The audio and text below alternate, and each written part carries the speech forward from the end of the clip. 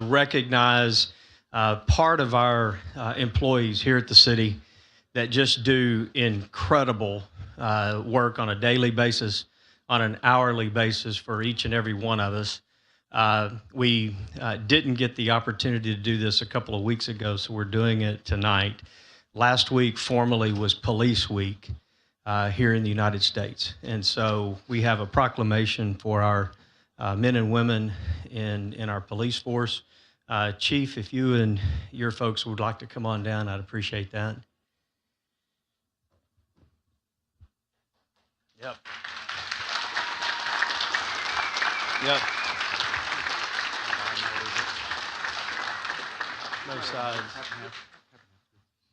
I think it almost goes without saying, but I'm going to say it anyway.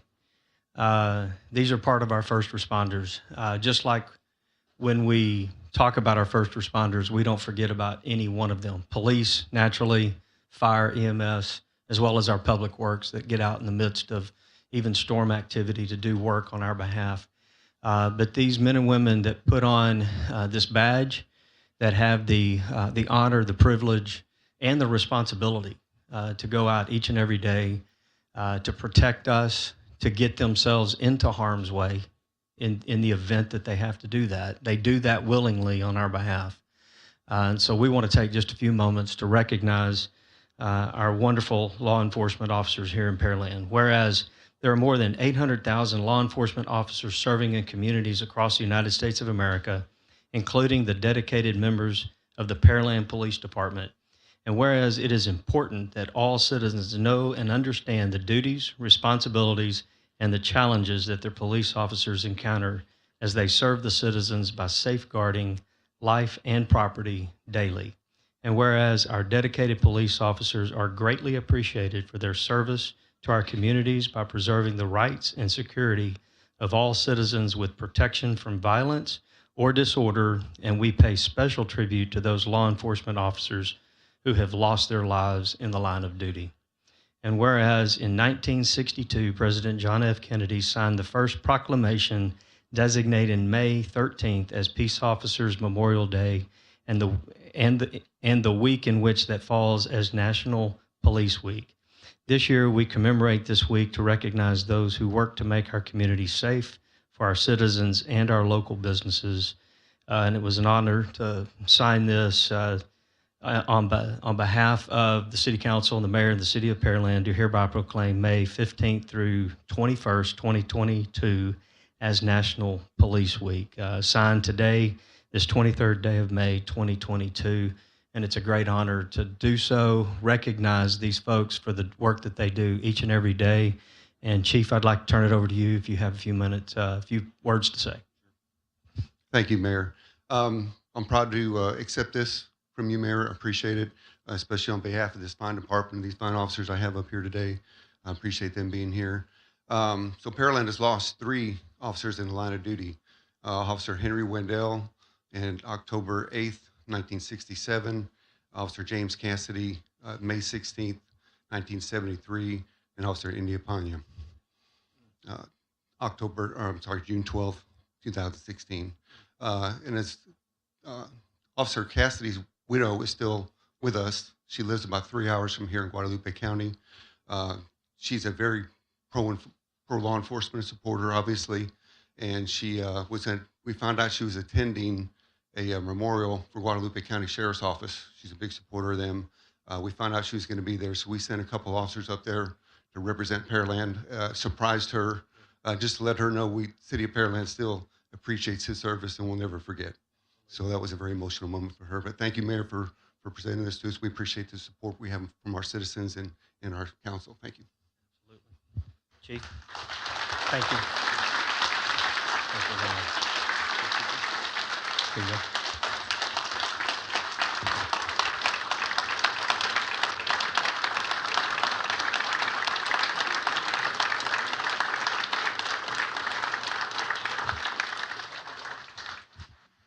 We're going to get a picture real quick.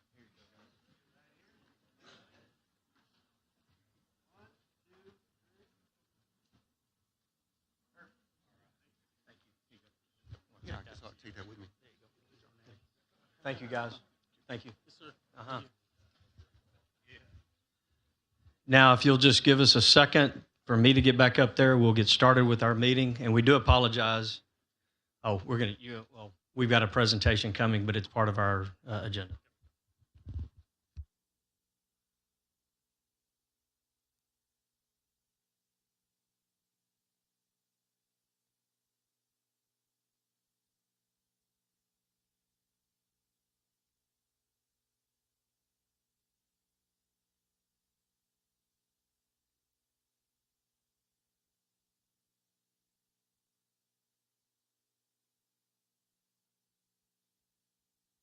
I'll leave my desk and my paperwork grew. Here we go.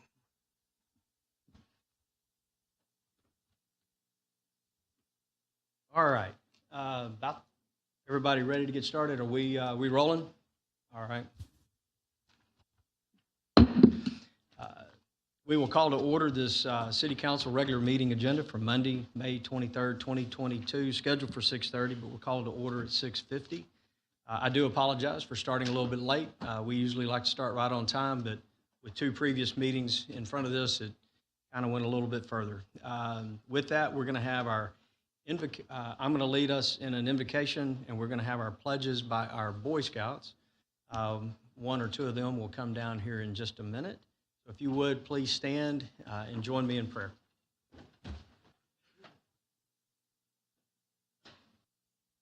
Heavenly Father, we want to stop and just take a moment to ask you to enter these proceedings tonight, to be here with us, to be here and give us wisdom, give us protection, give us your mind as we, the council, set out to deliberate about the business of this city. Father, just even in the presentation that we had just a moment ago, we ask for your protection of all of our frontline responders each and every day, the work that they do, the circumstances that they come faced with every day. Father, protect their lives, protect their families, protect them. Father, and as we be mindful for our own first responders, we ask for protection for all of our men and women in the military throughout this country, throughout this world, that you will protect them day in and day out. Father, we again ask you to be a part of these proceedings tonight. We thank you for being here tonight. We thank you for these residents and the opportunity to serve them. For it's in Christ's name we pray. Amen.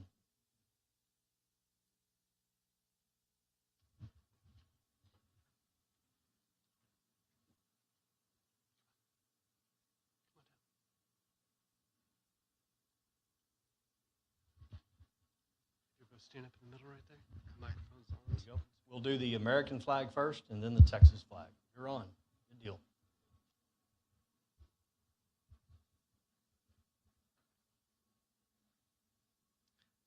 We're Troop 464, and it's an honor to be doing this for you.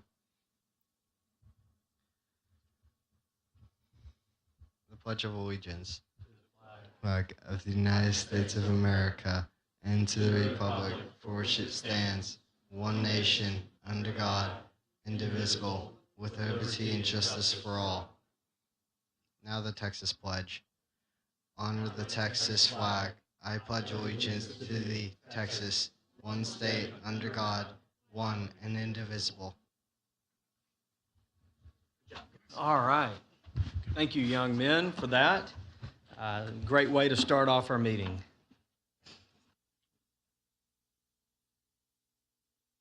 All right. Anytime we have scouts in attendance, we love to have them do our pledges and gets them a part of it. Hopefully that helps get them their citizenship badges as well, because they actually participated in our meetings, which is good. Next up, we have a roll call and certification of quorum. I will certify we do have a quorum. All members are present with the exception of Mayor Pro Tem Carbone. They are on vacation. He'll be absent from the chamber for the evening. And before we move on to citizens' comments, I need to make sure, there he is. I'd like Chief Jack J. Taylor to stand up, if he would. I'd like to introduce Chief Taylor. He is our new incoming fire chief. He's been on the job a little over, a week, last Monday, first day on the job. So folks get to know him. He is taking over a great department. and we wish him well. Thank you for being here tonight, Chief.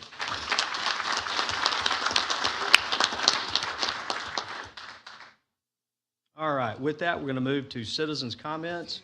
We have several that signed up to speak, but we have several that signed up to speak on a particular item, new business item. So we will hold those comments for the opportunity to speak directly at that point. But we have two that were under general comments.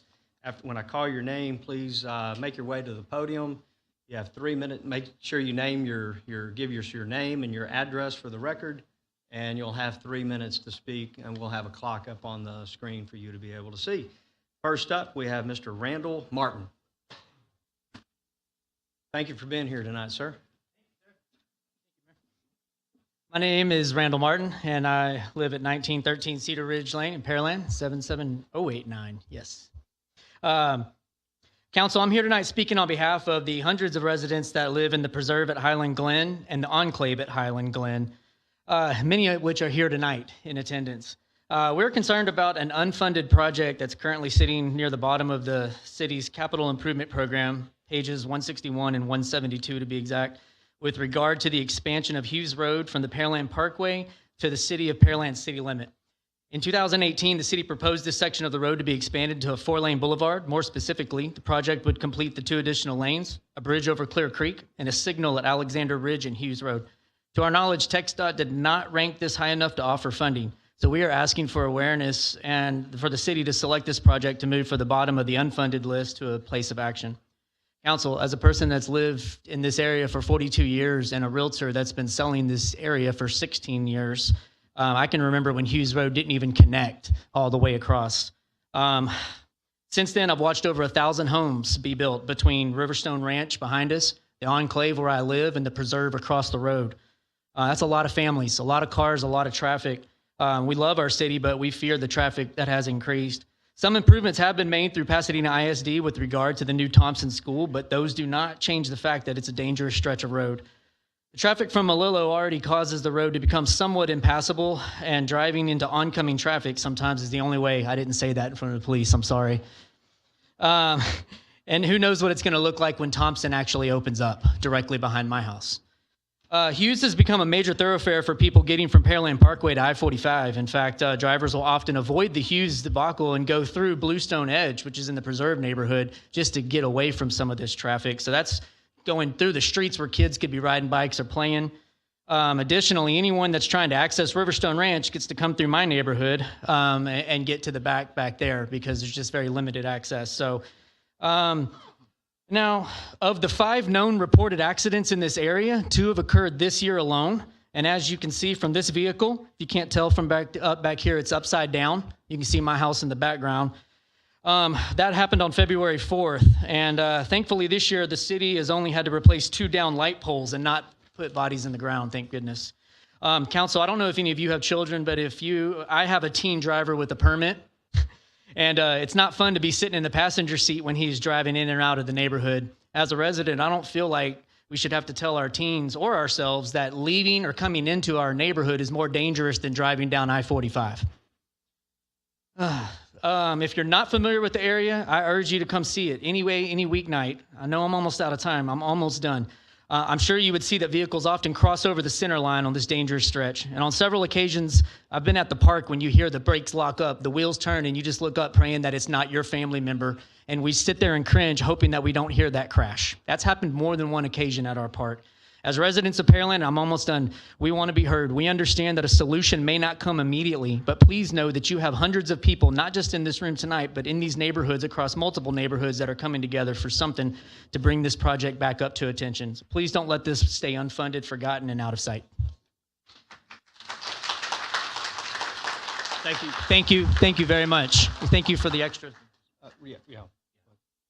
Just quick question, staff. When is the next CIP update, just for public knowledge?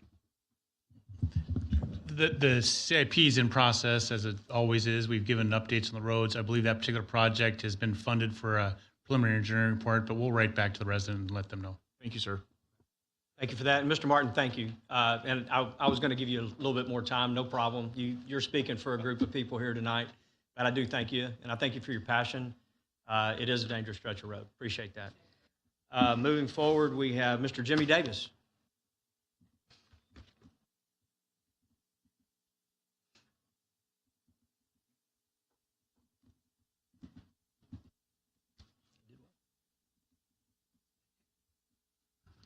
Jimmy Davis, 5004 Combs Street.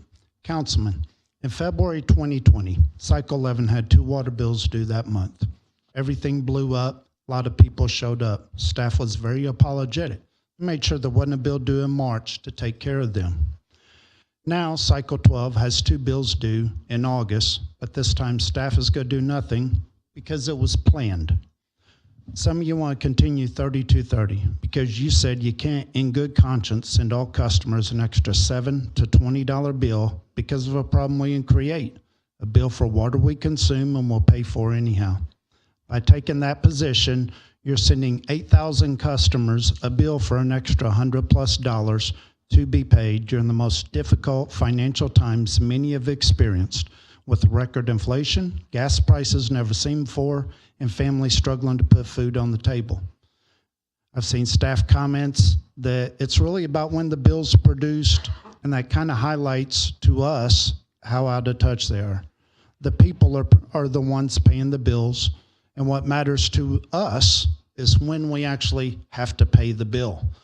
People who don't live in Pearland, who make their living off of us pushing buttons, producing bills, don't understand it because it's not their problem. They aren't paying 2 water bills in August because of a bad decision by an employee. In your hands are 2 ways to solve this. The first one involves no changing of tiers. It's a 32-day read, billed within 15 days.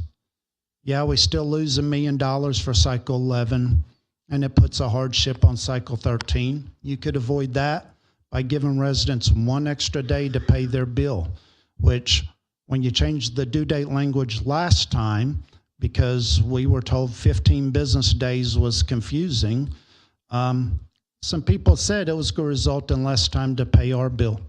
That language change is why Cycle 12 has 2 bills due in August. The other option is a true-up bill that would take place with the July meter reads. A resident using between 6,000 and 12,000 gallons of water will pay between $7.50 and $20. You can give everyone until January to pay it. The choice is yours. Choose either option or thumb your nose at 8,000 customers you're supposed to represent. Put a hardship on us. I ask you, is Cycle 12 less deserving of consideration than Cycle 11? Are we inferior? If we're not, don't put this burden on us. And I ask at least 2 councilmen, put this on the next agenda and tell us what you're going to do. Thank you. Thank you, Mr. Davis. Thank you for that. Moving forward, again, the other citizens' comments have asked to speak specifically on an agenda item. That way we will tie your comments to that when we get to that point in our agenda. Moving forward, we have 1 presentation. I think our Office of Emergency Management is going to be doing this presentation. So Mayor, while they're coming down, if I could, Peter Martin is here. He's our Emergency Services Manager. And he's got Dan Riley from the National Weather Service, so very honored that you'd come over for this.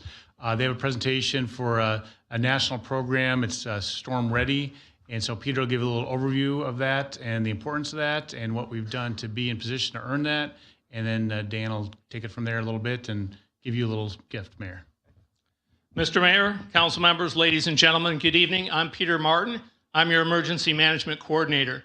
With me this evening is Dan Riley, your warning meteorologist at the National Weather Service Houston, Galveston Forecast Office. Dan is with us this evening to present the City of Pearland with the StormReady Community Designation.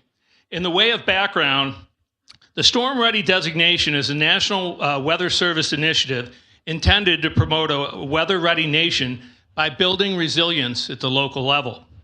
It's designed to prevent loss of life and reduce property damage by helping communities be better prepared for severe weather. To quote the National Weather Service, some 98% of all presidentially declared disasters are weather-related, leading to around 500 deaths per year and nearly $15 billion in damage. Preparedness for severe weather is important to our community because Pearland spends half of every year under threat of hurricane or tropical storm. In addition, Pearland is persistently vulnerable to severe thunderstorms, tornadoes, damaging winds, and prolonged freezing temperatures, such as that experienced in February of 2021, which resulted in prolonged power outages and cascading effects. So a little bit about the process. Pearland readiness was evaluated by a team from National Weather Service and StormReady partners from Harris County and the city of Alvin. Evaluators scrutinized the means by which the city monitors weather threats as well as our efforts to promote public preparedness. They also inspected the city's Emergency Operations Center and Pearland Police Dispatch, which is our 24/7 public warning point. Important considerations included the city's ability to receive severe weather warnings and communicate those warnings to the community. During the verification visit, evaluators were particularly impressed with the city's ability to automatically transmit National Weather Service warnings to every desktop phone in the city, and this was made available by our Information Technology Department. Another important aspect of the StormReady is conduct of proficiency exercises, such as those that are being conducted this month and next in anticipation of the 2022 Atlantic hurricane season. Now, StormReady is an exclusive club. There's only approximately 3,100 organizations across the country that hold this designation. Only 235 of those in the entire state of Texas. Of the 1,200 municipalities in Texas, there's only 109 that hold this StormReady designation, and Pearland is now one of those. So in addition to enhancing and validating our readiness for weather emergencies, this designation also entitles Pearland to display the StormReady logo on our website and social media pages and post road signs at the entrance to the city announcing Pearland's national recognition as a StormReady community. This accomplishment, Mr. Mayor, was a result of seamless teamwork between the City of Pearland and the National Weather Service, and I would be remiss if I failed to acknowledge the contributions of Pearland Police Dispatch, outreach efforts by our floodplain administrators and engineering, communications staff management of our Everbridge mass communication capability, and Melanie Roberts of my staff, who invested a lot of time and energy to bring this initiative to fruition, and of course, Dan Riley, our warning meteorologist, who over the course of my tenure has meticulously kept us apprised of every weather threat that could endanger our city. So with that, Dan, would you like to make some comments, please? I would. Thank you, Peter. And again, congratulations to the City of Pearland for this certification. I'll just give you one example of how Pearland stands above. After Hurricane Harvey, Peter brought us in and we had an after action with all the departments. You know, what did we brief? What did you hear? How could we message things better? And Peter and Melanie have worked very hard at developing and improving those severe weather plans to protect the City of Pearland. So again, I just want to offer my congratulations to council, to the mayor, to the City of Pearland, to the citizens, and just express our appreciation and our partnership with you all, emergency management and the city departments, in keeping the citizens safe and informed ahead of severe weather. So thank you very much. So with that, Mr. Mayor, if you have any questions, or council members, we'd entertain your questions. Otherwise, we'd invite you to the front here where we present this sign and take a photo opportunity. Peter, I do have one question. You mentioned the mass communication capabilities. Yes. Is that above and beyond our Everbridge? That is our Everbridge. So it's a subscription-based service. We call it Pearland Alerts. Yeah. So we're constantly trying to promote that and get citizens to register for that, because we will use that. It looks like you get a full house here tonight. So Yes. if you're not on Everbridge, make sure you go to our website and get signed up for that. It can send emails and text messages, correct? Yes. Yeah. All right. I hope everybody here is signed up or gets signed up. Thank you, Peter. Thank you, sir. Well, first off, Dan, and thank you for being here tonight, obviously, for this presentation and this award. Folks, it just kind of goes to the dedication of folks like Peter and Melanie and their department to make sure that we're ready as a city when something is coming our way that is harmful. Obviously, StormReady is one particular thing, but Peter's office in emergency management handles many other things besides just storms. When we went through Uri a year plus ago in February, we all knew it was going to be cold, but we woke up the next day and the lights were off. It was Peter and his office that helped lead us through that week, making sure that we were prepared and ready to meet the task to get our city through that. So these guys do an incredible job each and every day. They look at these types of reports that Dan and his crew sends out every day to see and diagnose where and when we may have harm coming our way. Hurricane season actually starts in a week. Here it is, June 1st, and it's upon us. I'll say this, just from a storm-ready preparedness, we at the city are prepared to meet the storms as they potentially may come this summer and into the fall. But I'm going to ask each and every single one of you to be prepared at home. It is a partnership that we do this. I'm going to ask you to buy your supplies, be ready, have it ready to go. Don't panic buy and storm the stores as the storm is bearing upon us. But go ahead and buy your water. Go ahead and buy your staples. Have your stash, if you will, ready to go in your pantry, so you don't have to be out in harm's way and panic buy when the grocery stores empty their shelves, especially in a time that we're living right now when it's hard to get any supplies coming in on a regular basis. So I'm just going to implore you to do those types of things, be your partner with that. If you have a ready kit that you need, if you're going to leave town, have those types of things ready to go. And that storm season is upon us right now. So, Dan, we thank you and we appreciate coming out tonight.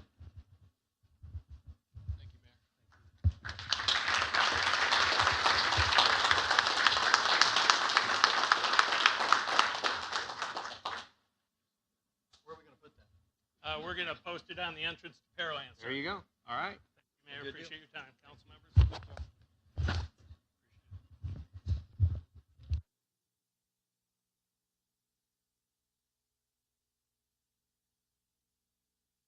All right, moving forward in our agenda, we have a public hearing scheduled for tonight. With that, I'm going to move to staff. Martin and your staff, if you would read the reason for the public hearing and then move right into your staff report. Thank you. Excuse me. Thank you, Mayor. This is a public hearing, request by Charles. Let's see, should be coming on shortly. A request by Charles Butcher, applicant, on behalf of Joseph Chavez, owner, for approval of a conditional use permit to allow for auto repair major use on approximately 0.606 acres of land in the Garden O'Day mixed use district, which is generally located at 2217 Garden Road. So as stated, this is a request for approval of a transmission repair shop, which is classified as auto repair major. You can see here it is the lot just off of Marcia Lane, or the second lot off of Marcia Lane along Garden Road. And the future land use and the zoning for this area is the Garden O'Day mixed use district. So just north of this site, we have a light manufacturing facility. South, we have an auto repair shop. To the east, we've got a single-family residential, and then to the west, there's both undeveloped and an existing mobile home park. So the site, as it stands today, has an open grass area that is adjacent to the existing residence, some paved parking area, and about a 9,300 square foot building that the applicant is looking to occupy. There would be some office, the shop area, and then additional office space with some storage in their proposed layout of the buildings, or of the building. This is a view looking at the front of the building. And then these are views of the side of what it previously looked like. One of the discussion points brought up at the Planning and Zoning Commission were the amount of auto repair facilities in the area. You can see the 1 mile buffer here that indicates that there are 8. And then there's a total of 15 within 2 miles and 27 within 3. So as stated, the Planning and Zoning Commission held a public hearing and discussion on May 2nd. Generally, the commission were okay with staff's recommended conditions of approval and had no additional issues moving forward. And those conditions are generally to incrementally improve this site. As it was previously an industrial type of use, it wouldn't necessarily have to have these, but we're recommending some incremental improvements of the site. With that, we'd have that 25-foot buffer that already exists. It just doesn't have any plantings in it. Normally, under today's regulations, for a new use to go into the building, it would have to comply with the addition of those trees, and those trees are laid out within the condition. Then we'd have striping of the parking area and the addition of a hedgerow to provide screening for the parking area that is closest to Garden Road. With that, Mayor, I will pass it back to you. All right, thank you for that, Martin. Is the applicant present? Oh, wonderful. Do you have a presentation? It's not necessary, but okay. Does the staff pretty much covered it? All right. We might have some questions for you, so we're glad to see you tonight, and thank you for being here. All right. With that, we'll move forward in the public hearing to those wishing to speak for or against this proposed request. Go to the podium, give your name and address, and you have 3 minutes to speak. Second attempt, those wishing to speak for or against this proposed request. And third and final time, those wishing to speak for or against this proposed request. Seeing no one moving in that direction, we'll move to City Council for questions, comments, and concerns from the council. Anybody have anything? Member Camcar? John, is the applicant amenable to the request on the conditions? We've had a conversation with them about the conditions, and they seemed amenable to them, but I would, of course, ask if they would say that tonight.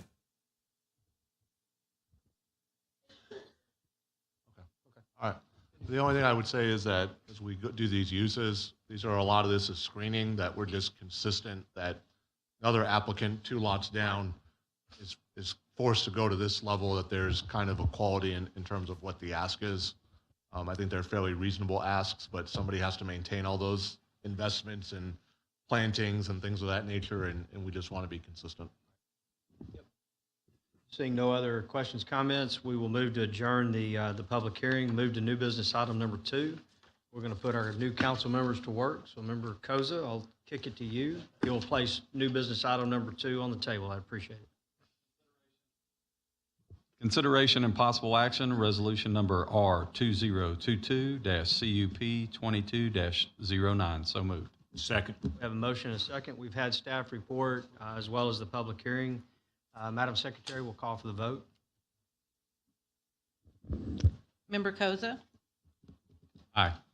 Member Camcar? Yes. Aye. Member Hernandez? Aye. Member Little? Aye.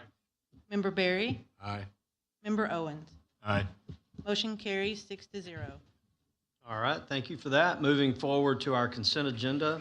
I have had one item to be removed from the consent agenda. That's item J, the last item. Any other requests to remove from the consent agenda?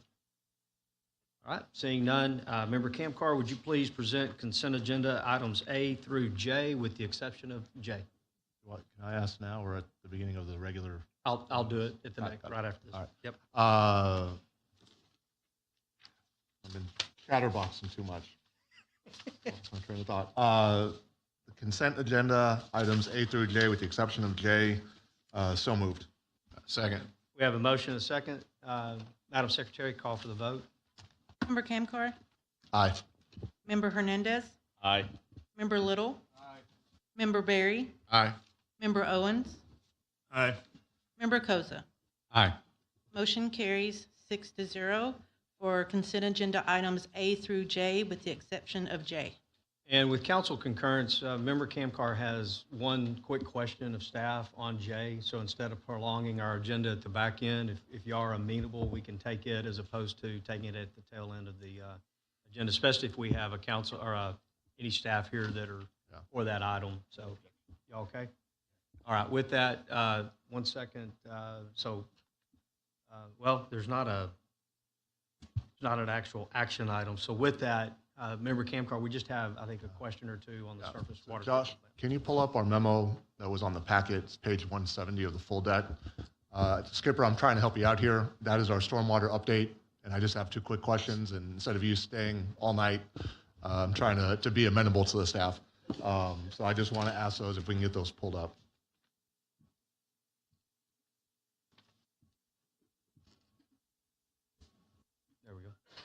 There we go. And then you just, Skipper, whatever you wanted to say, but the 2 things I'm looking for is, are we still in budget or under budget?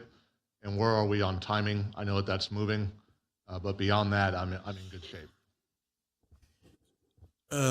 So we are still within budget. We haven't, nothing in that subject has changed since our last discussion. I will say that this memo is now actually out of date. Last Friday, we got another call from Mexico saying that our Square D switchgear had been delayed another few weeks, and it's not due to ship until the end of June.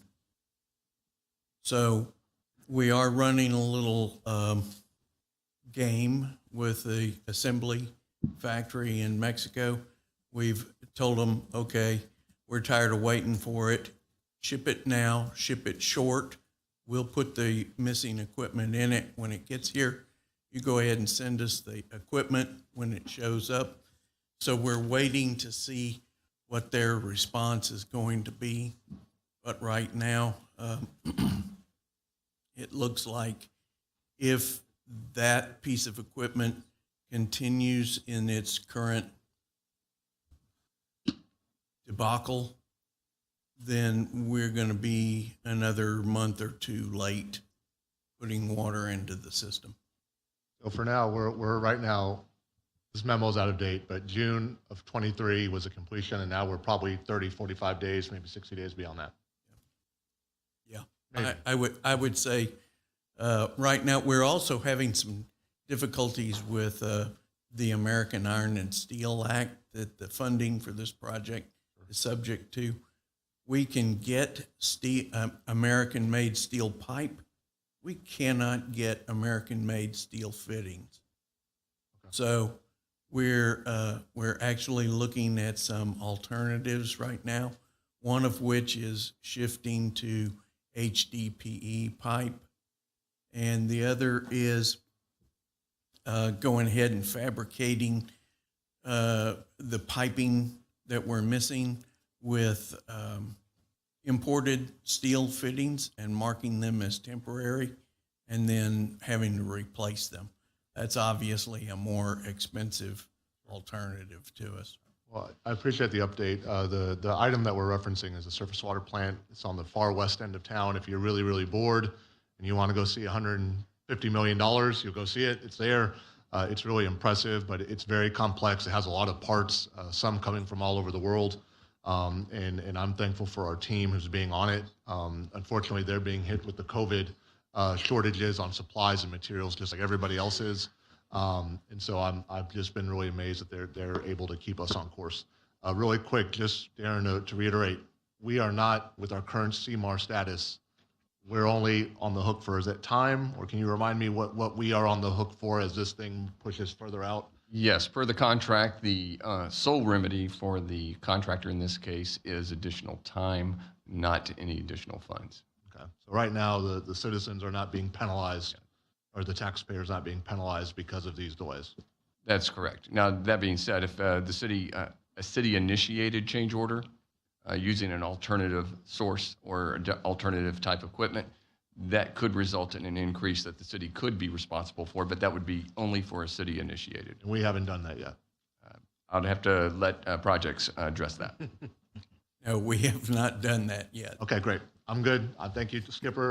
We'll look forward to the next update down the line. So, Mr. Mayor, I got one question.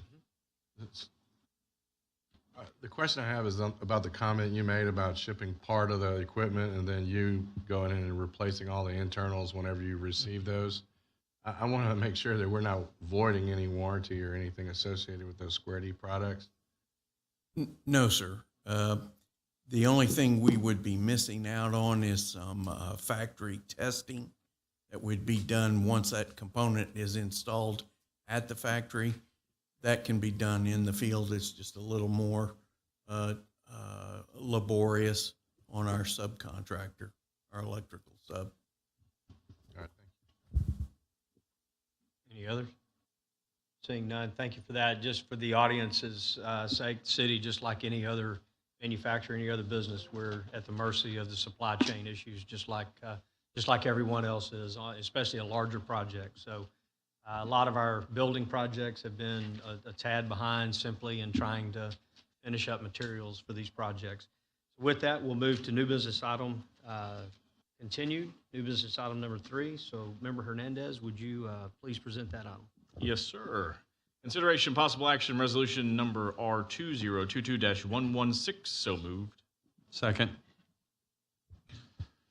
We have a motion and a second. Staff report. Thank you, Mayor. I don't know if this falls into storm readiness, but we do have our annual wind insurance premiums that are due. This always comes and needs to be executed by the end of month, May. I put that out, and as you would expect with the price of rebuilding and construction and insurance and storm loss, et cetera, it is a very difficult market for us, and the city also has hundreds of millions of dollars of facilities to insure. But we go out annually and with the assist of McGriff, have priced that out for the coverage there for the next season. And the premium is the $900,000. And there's some information in the packet that you've seen about different levels, but this one that's been recommended for us, balancing that premium to possibility risk on the spectrum. But a representative from McGriff is here, as well as our HR department that is in charge of risk management for us and can answer any detailed questions from anybody in the insurance industry. All right, thank you. Well, questions from anybody but? Yeah. Member Barry, I know you have a question. I just have a couple of quick questions. I noticed that I noticed I'm ignoring, but thank you for your comments. The question I have is, I noticed that we have a per location deductible on that. Do we look at a building deductible on those items? Because in certain locations, we have quite a bit of value tied up in those buildings for that location. Council, this is Joe Blasi. He is our representative from McGriff, and he'll be answering this question. Yes, sir. Very good point. Obviously, a per building or per unit deductible would be preferred. Unfortunately, this year with this particular schedule of assets, the underwriters insisted upon a per location deductible. Fortunately, unlike let's say a college system that's got hundreds of millions of dollars at one address, we're spread pretty efficiently throughout the city, and so that percentage deductible applied to the per location value should not be too punitive. It is certainly something we consider. Did y'all look at a deductible buyback? We did. We priced it out, and it's just really at that lower level for the deductible buyback. It's really cost prohibitive. As described, we looked at more options than just the 4 that were presented here. These seem to be the most affordable or best value, but that's certainly something we look at every year. Yeah, and the other thing is, being that I understand that industry pretty well, have y'all taken a look at the reconstruction costs on all the buildings? Have you done a survey on that? Yes, sir. So we are now set. We've identified and done a survey of various appraisal firms that offer those services to local governments and municipalities in Texas. We've identified one in particular that meets the criteria the best. and that we should be engaging them in the next 60 days to conduct that physical appraisal process of all 240 some odd items on the schedule of values. Did you have a look-see to see what the delta would be, just given any particular building, just to get an idea? There are certainly some variations in the cost per square foot on some of these buildings that are going to require us to come back to council perhaps with a request to increase those values, the insured values of those items due to the, as we know, the construction cost inflation that's incurred in the last few years. Yeah, we are upon windstorm season, so any idea on timeline?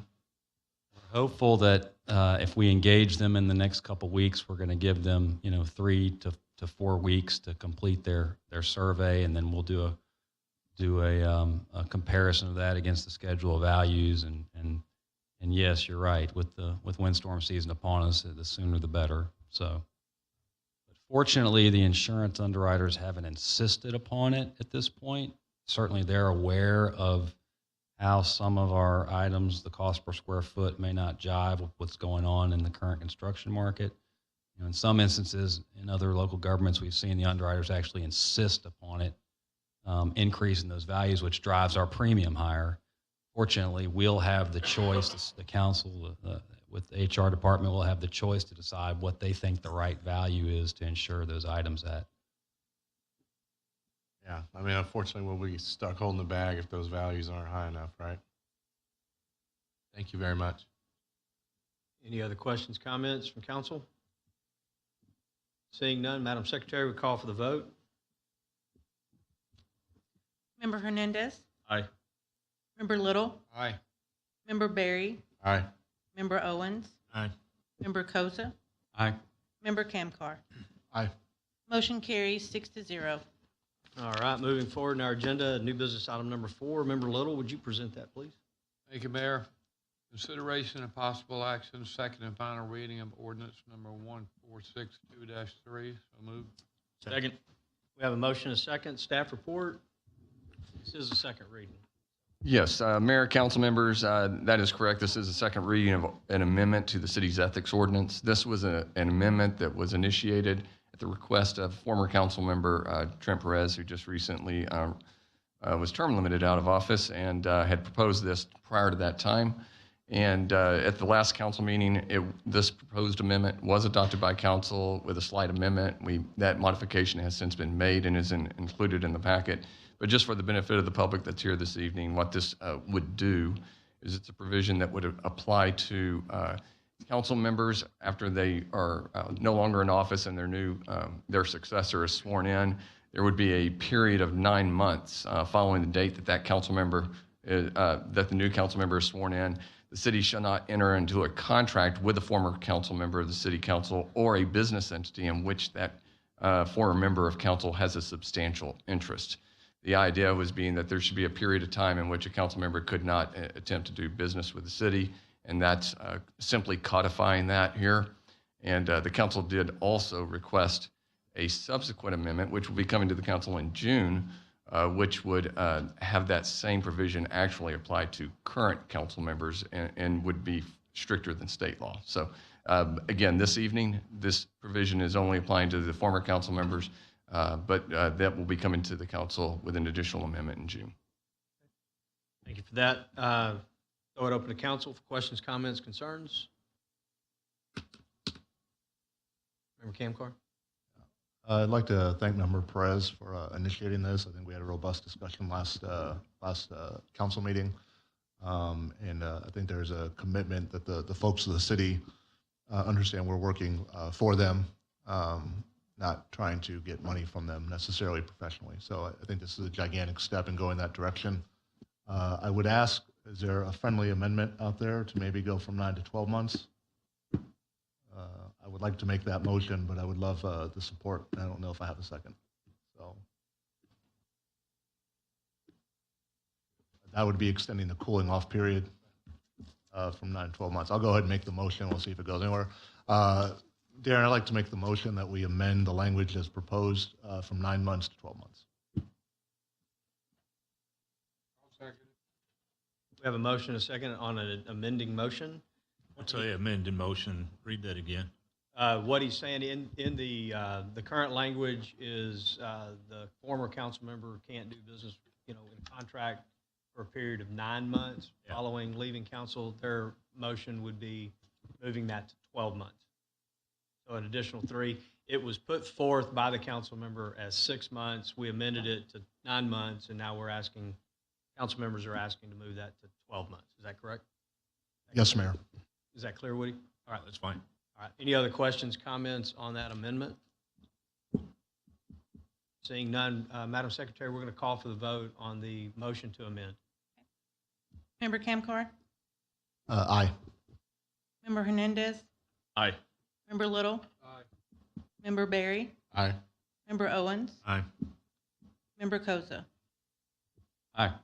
Motion carries 6-0 to amend from 9 months to 12 months. So now we have an amended motion on the table. Any other questions, comments, concerns from council on the amended motion? Seeing none, Madam Secretary, we'll call on the full motion then. Member Camcar? Aye. Member Hernandez? Aye. Member Little? Aye. Member Berry? Aye. Member Owens? Aye. Member Koza? Aye. Motion carries 6-0. All right, thank you for that. Now we'll move to new business item number 5. Mr. Berry, would you present that item, please? Consideration and possible action, first reading of ordinance number 1615. Second. Did I hear a motion? Yes. So moved. Did I hear a motion? Yes. Okay. So moved. We have a motion and a second into staff report. And then we do have several speakers to address this item. We'll do that immediately after the staff report. Thank you, Mayor. Community Development brought this forward with the assist of Public Safety and Engineering and coordination with Brazoria County, but I'll let them give an overview of that, please. Thank you, sir. This ordinance requests the renaming of 3 streets, renaming of streets to make them more consistent with adjacent streets, as well as to help address confusion and emergency response possible issues. The first one would be Smith Ranch Road. That portion of Smith Ranch Road between Broadway and Hughes to be renamed Country Place Parkway, which would continue the road from the south. So that would make the entire section from Broadway up to McCard Country Place Parkway. This is highlighted on the map. The purple section is Smith Ranch Road, and the north half portion is Country Place Parkway, and so the request would be to name the entire segment north of Broadway as Country Place Parkway. Second, there are 2 streets in the Shadow Creek Ranch subdivision that cross twice, so this causes confusion in responding to incidents. Trinity Bay and Windcrest Bay go across each other twice, so the request is to break those up into north, south, east, and west designations to make it easier to identify those sections for response for emergency 911 services. And we'll answer any questions you have, sir. That completes staff report? Yes, sir. Thank you for that. We do have several speakers that had requested to address this item. First up, when I call your name, please go to the podium, give your name and address for the record, and you'll have 3 minutes to speak. We have the 3 minutes up on the clock, up on the board, excuse me. First up, Mr. Al Johnson. Thank you for being here tonight.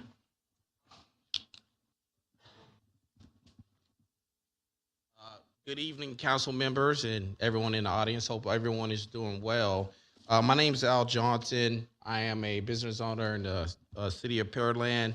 One of the businesses that we're having a conversation in reference to is Peabody Capital Lending, that is at 2743 Smith Ranch Road, Suite 303. We actually own the whole building 301 through Suite 304. And the reason why we wanted to, I guess, voice our opinion is the additional cost that it's going to cost business owners to change the address. As a business owner who employs Pearland residents and also leases to Pearland small business owners, our concern is the average business owner is going to incur about $3,000 to $5,000 with the name address. When we look at new business cards that the business owner would have to obtain, new marketing and branded material, updated website, changing the algorithm in Google and other search engines to be found by new customers and existing customers, changing of their business signage, updating of all commercial leases. That's for the business owners and the tenants. Increased legal fees and administrative costs. I'll give you a prime example. There are some doctors in Smith Ranch Road. They would have to update every single contract that they have with an insurance payer to get reimbursed when their patients or when their admins bill for their services. We look at the mortgage business, the lending business. There's several lenders over there. You would have to literally update every state and federal regulator and update every single loan or lender agreement that you have with the new address change. So as a business owner who employs Pearland residents, as someone that pays a lot of property taxes here, I ask that we consider this when you look at current inflation with the pandemic, inflation, gas, groceries. If we can help small business owners by keeping costs, administrative costs low, that helps us keep people in Pearland gainfully employed. So just wanted to share that. Thank you. Thank you, Mr. Johnson. Good comments. Next up, we have Ms. Leah Smith Bateman. Good to see you this evening.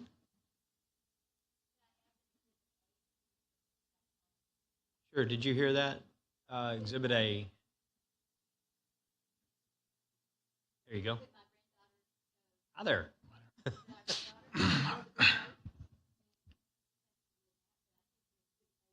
Yeah.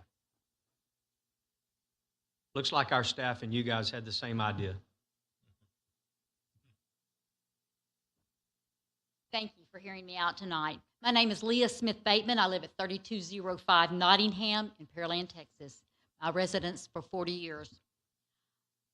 This evening, I have come to ask the City Council to reconsider the renaming of Smith Ranch Road from Hughes Road to Broadway. And you can see on the map, as it is, it's kind of small at the moment, that Smith Ranch Road is a greater portion than the Country Place Parkway. So I want to bring that to mind. My grandparents, Ina and David Smith, came to Pearland in 1928. They came with their 4 children. They came to a small ranch house, which my granddaughter Lucy will show you, a very humble house, and they stayed there with their children, and they raised their children until they retired. At that time, my uncle, Clarence Smith, who some of you may remember, and my daddy, David L. Smith, became adults. The Smith brothers continued to ranch and to farm along this road, all across County Road 94. 3 of the 4 children married, and after retirement, my grandparents, Ina and David, moved to the Old Town site on Austin Street, where their other children and grandchildren lived, including myself. There were 6 grandchildren. 3 have passed away. That would be Ina Catherine Miller, Mary Miller, and Barry Miller III. My oldest sister, Martha, does not reside in Texas with her 2 children. However, my husband and I have been married for almost 50 years now. Our 2 children, Lacey Bateman Gartrell and her husband, John, have 3 children who attend Pearland schools. Our son, Dwight Chip Bateman, and his wife, Vanessa Bazan Bateman, live in Pearland, and their 3 children also attend Pearland schools. My sister, Susan Smith Lindeman, is with us tonight. She and her husband, Ben, live on Hatfield Road. We are long-term citizens of Pearland. We have given, as our families before us, our hearts and soul to our community. As for myself, I am 68 years old. I have lived no more than a mile, or approximately a mile from Austin Avenue, and that has been all of my life. I attended Pearland High School along with my husband and my children. We are members of our church and our community. We are members and have affiliation with many charitable organizations in town. Dave and Ina produced 4 generations that were community-minded individuals. 3 generations are here tonight. I say all of that to speak to heritage and to history. As Texans and people who live in Brazoria County, we are committed to acknowledging and memorializing the blood, sweat, and tears of the early settlers that came to Texas. If you'll give me just one more minute, sir. The hurricanes, the pestilence of the farm life, the fires and obstacles were met with gritted teeth by fellow ranchers and farmers that helped one another during those early years. According to our street names, Pearland has 4 roads that contain the word ranch, meaning they were a ranch.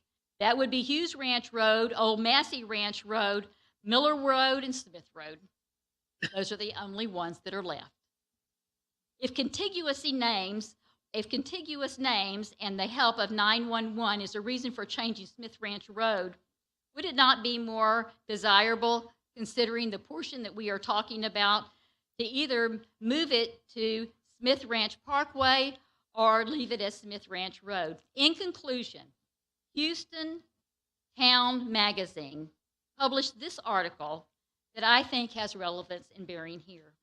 Nothing says more about a city than its streets, its history, its heroes, its civic-minded citizens, philanthropists, and sometimes even colorful characters. I beg your indulgence to reconsider our history here. And I thank you for your service to our community as you sit on the city council, as my daddy did before. Thank you. Thank you, Ms. Bateman. Thank you for those words. And then our next speaker, Mr. Carl Gehring. Thank you.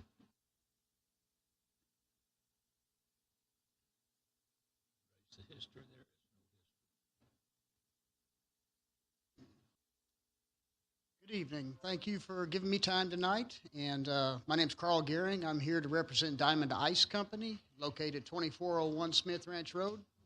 I'm also opposed to the name change. A lot of the reasons the first gentleman gave, I have the same reasons. Many hundreds of hours of time and thousands of dollars of expense, just to change this name. And I agree with Ms. Bateman. I think it's better served to put the whole road as Smith Ranch Road. I think there's less businesses that would be impacted by changing Country Place Boulevard into Smith Ranch Road than the other way around. In your agenda here, you list 58 businesses, but you fail to mention the approximately 37 businesses that are also would be affected that are in the county portion. That's just an estimate I looked up. So you're getting close to 100 businesses to change Smith Ranch Road. And Country Place, I didn't add them all up, but there's not near as many. So, and I just also would like to concur with Ms. Bateman that I think David Smith, he was a family friend of ours, and I think he deserves the name recognition. So if y'all would please reconsider this or consider some other option, I'd appreciate it. So thank you very much. Thank you for your time. All right. Thank you. Thank you, Mr. Gehring. And before I kick it to council, I think the city does owe it to its heritage to do what we can to keep our heritage. We do have a Pearland Historical Society. We owe it to future generations as well as past generations to carry on certain historical opportunities.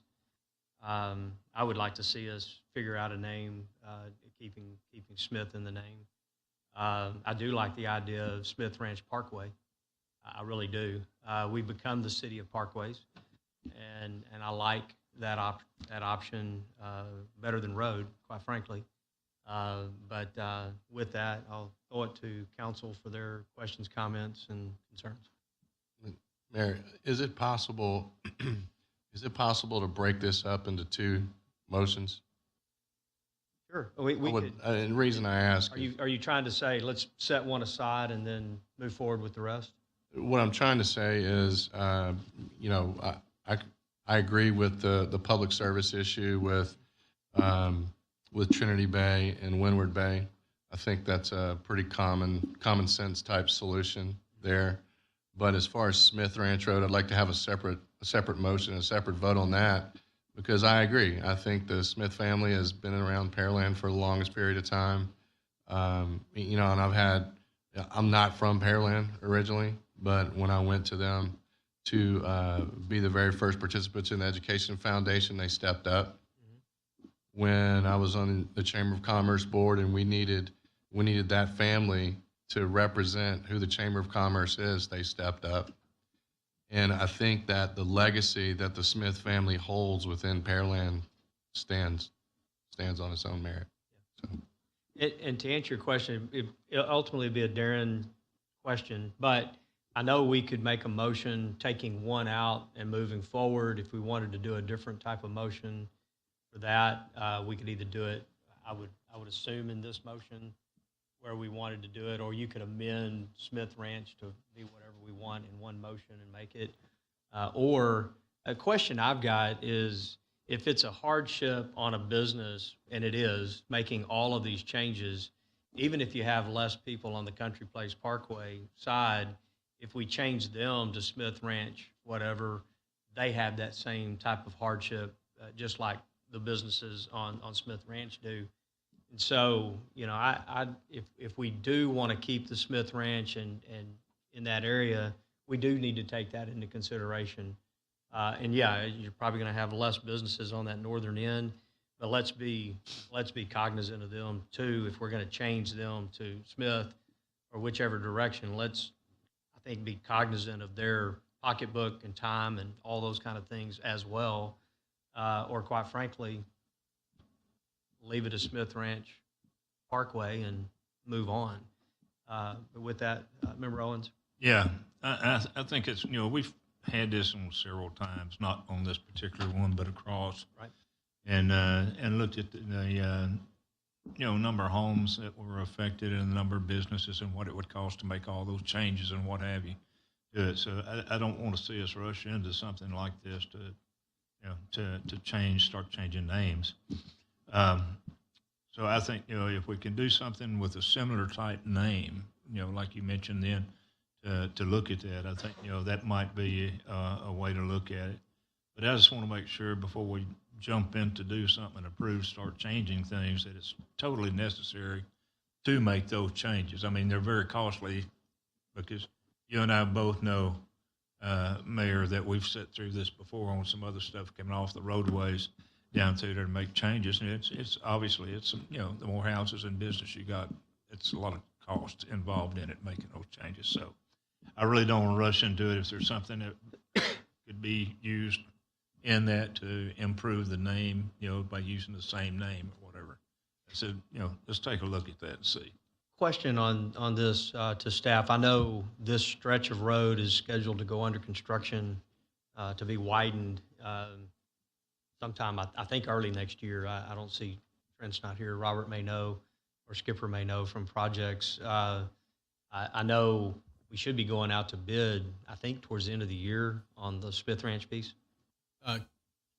Mayor Cole, it is actually, we're doing land acquisition, and so we need to wrap up the land acquisition, do the final 5-month review with TxDOT, and it'll probably be mid part of the fiscal year 23. Okay. So of our fiscal 23? Fiscal year, it's, yeah, TxDOT and ours are off by 1 So about month, March or ish. Yes, Into the first quarter. Okay. I guess my comment to that would be, do we, and I want to respect the public safety side of this, but would it be fair to say that we put off renaming this until we've constructed it and have a brand new opening with, if we, again, I like the naming of Smith Ranch Parkway, keeping that heritage, honoring the Smith Ranch in that particular area, but doing it with a brand new roadway as we do it. That might give us some time to get out in front of, if we want to go all the way up to, And I'll just say this, as soon as we step away from, Country Place Parkway, we're going to have 650 homeowners in Country Place down here too, saying, "Deuce." I'm just saying, if we will. But I think honoring your legacy, honoring your history, honoring your where you came from as a city is important, and we are losing that in our city. So, yeah, I think you're on the mark there, Mayor, to do that. When you remove stuff from history, you never get it back, and I don't think we're at the point we want to do that. We had some families that built a foundation here that we've been building on for years and years since that it wouldn't be the same Pearland if it hadn't been for those families that really helped us out. Used to, when you were on there and I was on there in the beginning, we had to go to a lot of people to get money in order to do things that we didn't want to push on the residents in itself, and so they were always there to belly up and help us, and I think we owe that much. Mayor, if I could, going on, Member Barry said maybe suggest splitting these and dealing with the one that is more clean cut. And I frankly don't know that putting it off with construction or anything, we're gonna have the problem you just identified, no matter what. So, maybe we'll take a look, but we may just select to leave it status quo. So. And I'm sorry, Mayor, just from a procedural standpoint, I would just recommend if there appears to be a consensus among council members up there, this is the direction to go, I would just recommend amending this ordinance to remove the naming of Smith Ranch out until the council's had further time to figure out exactly what you want to do with the future naming of that corridor to honor the Smith family based on the discussion here this evening. But it would make more sense to just simply remove that, amend to remove it, and then vote on the ordinance with the other street name changes. I could make a motion for that. I'll make real quick. Can we finish the dialogue before we get going? All right. Member Hernandez, I usurp you. Oh, thank you. I have a question about, I don't think we have too many potential road name changes in our future, but we've had a couple since I've been on council. And are there any buckets of non-ad valorem dollars that potentially could be put towards some type of a fund that if we do cause this burden to businesses, that they could potentially reach out for some assistance, since it is a very unforeseen expense? Just curious if there are any like I said, non-ad valorem buckets out there that would qualify for something like that. Public dollars are public dollars, so whether it's sales tax or. Well, yeah, that's what I'm saying. I mean, sales tax I think would be more reasonable towards. Yeah, I don't know how you'd administer something like that, but I mean, I don't need an answer tonight. Maybe that's just as a follow-up thing. I'm just curious if that was something, but I'm open to splitting these as well. I feel the same way. I think the Trinity Windward needs to change. This gentleman, our scoutmaster here, wants to say something. Do you have an application for a public comment? You're dying to say something. We really need you to sign up on the deal. I'll give you the 3 minutes. That's not our norm, but I'll do that. We just can't have a dialogue here. I want to make sure that we keep it, tied to the record. He went to get you a form. Hang on one second. While he's doing that, you have a comment. Josh, can you pull up the memo? It's page 216.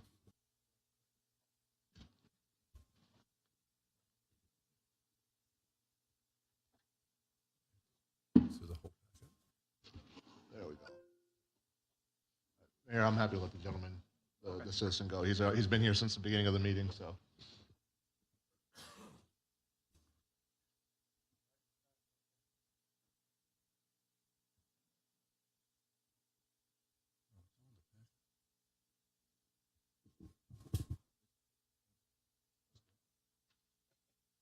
Thank you. Go ahead, sir. Just give us your name and address for the record and 3 minutes. Yes, sir. Thank you for your patience. This is very impromptu. When I saw this came up, my name is Scott Richard. We've been in Pearland for 20 years. We currently live off of Castle Bay Court, which is close to where Smith Ranch Road is. I did spend 6 years in the volunteer fire department here in Pearland before I joined with Houston Fire Department. I'm currently a captain with Houston Fire Department and inspections. So I understand from a emergency response perspective, the naming of roads, it gets very difficult. There are places in Houston that are extremely difficult to navigate. The roads that cross connect, I don't remember which ones were on there. I completely understand that. Smith Ranch Road, it is a larger section than the Country Place Parkway, what they were talking about. It does, I do agree, it does burden businesses. As an inspector, I cost businesses money when I have to go out and inspect their businesses, so I understand that standpoint. However, Smith Ranch Road, from Broadway to Hughes Ranch Road is a major intersection. And even from an emergency response perspective, I don't really see a significant confusion in that area because we know where Smith Ranch Road ends and then Country Place begins. Even Southwick used to be Magnolia, which still has a part that's called John Lizer. You have Cullen, which is 865, which turns into Old Chocolate Bayou when you make the turn.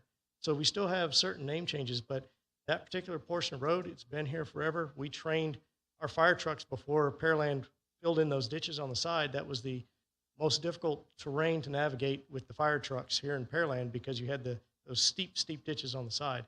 So Smith Ranch Road brings back lots of memories for me as well. But being that it is a larger section of that roadway, there are businesses that will be monetarily impacted, and it terminates at a major intersection at Hughes Ranch. I don't see from an emergency response perspective that it would be difficult to keep that name change. And I like the dialogue that I was hearing up here. That's all I wanted to say. Thank you for your time.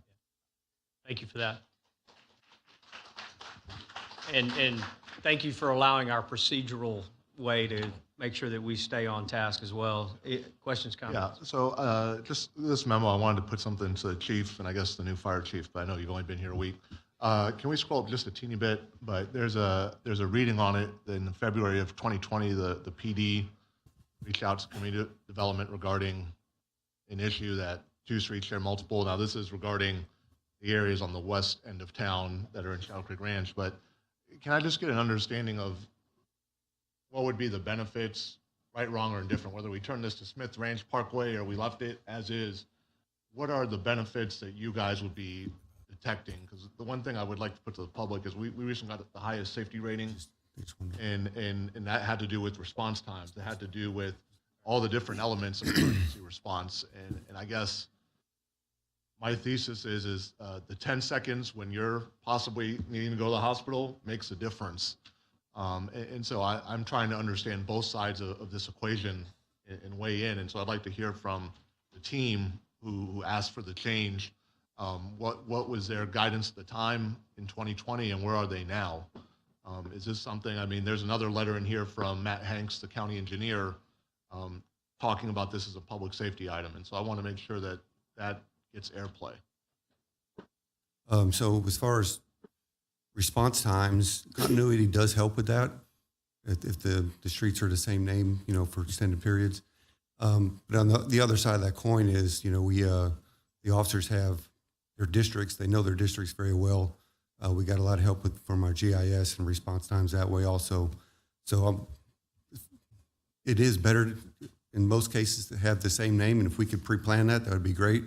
But the officers that work out there are pretty responsive and know their districts pretty well. And Chief, on the fire piece of that? I would agree with that for the most part. Our firefighters know that district like the back of their hands, so they know where those breaks are in those roads. Now, normally having a road that has the same name broken up in different areas, that can cause confusion. However, then when you impart tradition into that, that's something I think that really needs to be considered and maybe further evaluated. So in this sense, I don't think that with our apparatus and our firefighters in that area, they do know that area. I think that as far as the naming of the road, we'll leave that up to council and their discretion on that. However, I think that I agree with Chief Spires that our personnel, they know that area because that's their job. And would unanimity, though, be better? I just want to clarify that really quickly. Would unanimity help? Unanimity does help. It always does help to have that consistency in naming, absolutely.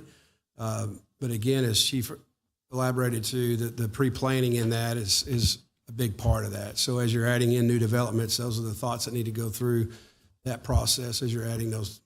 Can we scroll down, Matt? Thank you, Chief. 2 more pages to the letter from Mr. Upton to Mr. Hanks. I'm not going to belabor the point, but second paragraph, as agencies are aware, there are several concerns with the road changing names throughout the road segment. The main one of importance is for emergency response. Consistent names and addressing will reduce confusion and increase response time. So this isn't the council asking for this to happen. I just want to be very explicit that this is coming from the staff, and I think their heart is in the right place. As somebody who is a developer, I don't develop in the city. I just want to be very explicit. Don't own anything else besides my homestead. Don't consult on, don't do anything else in the city. But what I would tell you is naming of streets like Country Place Parkway, that is an anodyne, inoffensive name, and you just throw it on there because the city tells you need to put a plat in, and we just got to slap something on there. You know, some of us are a little more thoughtful, but what I would tell you is as you're developing in these areas that are a little more rural at the time, and then they change as years go by, streets do change. We've got, if you go look in Sugar Land or in Katy, Katy has Mason Road, Porter Road, Franz Road, but they are consistent strips and very, very long thoroughfares in a lot of these instances. And I see the defense of response times. Maybe the one day the driver who does not know that area is the one on call. And maybe you need to be brought to EMS and you want those 10 seconds back. The thing that I would postulate for the group who's coming to discuss this, and I'm just throwing this out there, is there a better way to honor the heritage and the commitment? A road, with respect, we've got 1 million roads in the city. They all have different names. Could a plaque, could a marker, could some level of monumentation that goes around and discusses the heritage going back from a prairie and farming versus just a road, and with respect, it is a road with a very common name in this country. Could we do that to be able to honor the family? And that's something that we can't decide, but I think keeping the road is important in keeping the heritage. But there's a lot of things that we spend money on that is more frivolous than this. And if we spent $50,000 or $100,000 with something more than a marker, we have Zilzinski Park that has a Texas heritage marker that is nice. You can take a picture with it. You can see it. People can go to that park.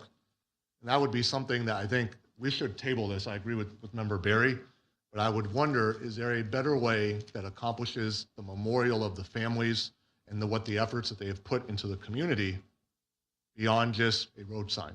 And I would tell you, I think maybe, but here's the thing. We spend a lot of money on a lot of frivolous things. I bet if we came up with a concept with Parks and Rec, we could do something that is a little more honoring. And that would be something that I would throw out there, that it helps the team on the staff side accomplish what they want. But having a more unified marker or monumentation might actually achieve the goals you guys are thinking about, maybe even more so. Because there's no delineation on the first name of who is or Mr. or Mrs. Smith. What did they do here? For how long have they done here? How deep their roots are in the soil. That road marker says 2 words, Smith and Road. So it's something to think about. I would tell you we should table. I would love if the family would give us some level of input on that, maybe after this. I think that might be a solution that is more honoring. We have the park right across the street, so we have land in close proximity, or it could be dedicated land. But I'm trying to create win-wins. And so that's kind of my thesis right now. But I do appreciate you guys coming down, taking the time, putting the little presentation together. And I think it's very important that we try to do things the right way and find an optimum solution. So thank you guys for coming in. As a business member here in the community, I've had my business looked at 4 times from the Pearland Fire Department. I've had a truck come out to our facility with 4 to 5 firemen. The whole reason is to come out and familiarize themselves where we're located, and not only where we're located, but what the lay of our building is. So as far as from a emergency standpoint, I'm assuming that type stuff happens across the city. Fire Chief Taylor, you're probably too new, but I would assume that that's the case. That is the case. That would absolutely be my expectation moving forward as well. Okay. So from that standpoint, as far as renaming Smith Ranch Road, I would be against it. I am for tabling it to get more information in front, but I would be against renaming that part of the road. Thank you. Member Barry, Mr. Little, go ahead. I'll be quick. I've heard some pretty compelling reasons to not change the name of Smith Ranch Road after listening to the police chief and the new fire chief. I don't think they're overly concerned about keeping the name the way it is. So I would be for a no vote on this and the status quo. All right. Member Barry, do you have an amendment to offer up? Yeah, I would like to amend my motion to looking for the motion here for the ordinance number 1615 to remove Smith Ranch Road, remove the naming of Smith Ranch Road to Country Place Parkway from the motion. Second. We have a motion and a second. Any questions? He's removing Smith Ranch Road to Country Place Parkway from the motion. So just tabling it for now. Any other questions, comments on that? Staff, is that clear? Yeah, we got Mayor. Yes. All right. Yes. If this motion is approved, we'd be voting on this ordinance change without that in it. Without that piece on it. You got a question? Oh, I've heard table multiple times, and just to be clear, it's a table. It's just a strike from the motion. Right. We're So removing we'll it. come back. We're removing it Yes. from the ordinance. Is what we're doing. Right. We'll come back later if we have any other thoughts. So with that, Madam Secretary, we're going to call for the motion to amend first. Member Barry? Aye. Member Owens? Aye. Member Koza? Aye. Member Kamkar? Aye. Member Hernandez? Aye. Member Little? Aye. Motion carries 6-0. All right. So now we have an amended motion on the table. Any other questions, comments on this item? Seeing none, Madam Secretary, we'll call for that vote. Member Barry? Aye. Member Owens? Aye. Member Koza? Aye. Member Kamkar? Aye. Member Hernandez? Aye. Member Little? Aye. Motion carries 6-0 to amend the first reading to remove renaming Smith Ranch Road to Country Place Parkway. All right. Good deal. Thank you for that. Moving forward in our agenda, new business item number 6. Member Owens, would you present that item, please? Yeah, if you scroll down to where I can get to it. It's on the screen, right? On the top there. Okay, consideration possible action, first reading ordinance number 1358-223. I so move. Second. We have a motion and a second. Staff report. Thank you, Mayor and Council. Through several discussions, the City Council has adopted a registration requirement for short-term rentals and a inspection protocol for those in order to recover part of the costs and not have that picked up by general residents that aren't using that service. There is a fee that's been proposed that's based upon the hours are required for those inspections, and as described, trying to make that easy with renewals that would not be as much, but the technical requirement is that the ordinance be amended to introduce this new fee requirement that goes along with that. Nothing to add. All right. Thank you for that. Moving to council for your questions, comments, concerns. Member Kamkar? So just to clarify, the fee covers the projected costs for the inspection piece, the inspector, all of the operation pieces? Right. It's estimate on, we haven't done the exact inspections, but there is requirements for that. And so it's, as I said, trying to recover a portion of that cost. Any other questions, comments? Seeing none, Madam Secretary, we'll call for the vote. Member Owens? Aye. Member Koza? Aye. Member Kamkar? Aye. Member Hernandez? The first time not being difficult on an STR-related vote, aye. Member Little? Aye. Member Barry? Aye. Motion carries 6-0. All right, we'll move forward in our agenda matters removed from the consent agenda. We had one, but we've already dispensed it. Other business, there is none. Mayor, council issues for council, city council discussion, there are none. Moving to executive session under Texas Government Code, Section 551.071, consultation with the city attorney, legal consultation regarding Texas Commission on Environmental Quality, TCEQ, effluent rules and regulations. We will stand in recess into executive session at 8:14.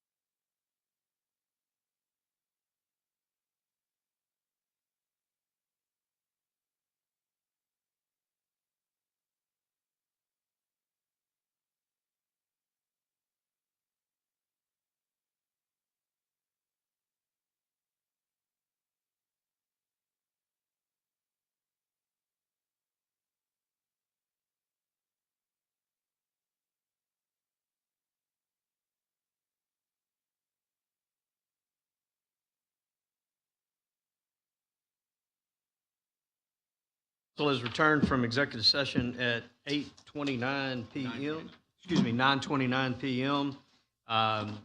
City Council will take no action. Next item under our agenda is adjournment, and we will adjourn at 9:29 p.m.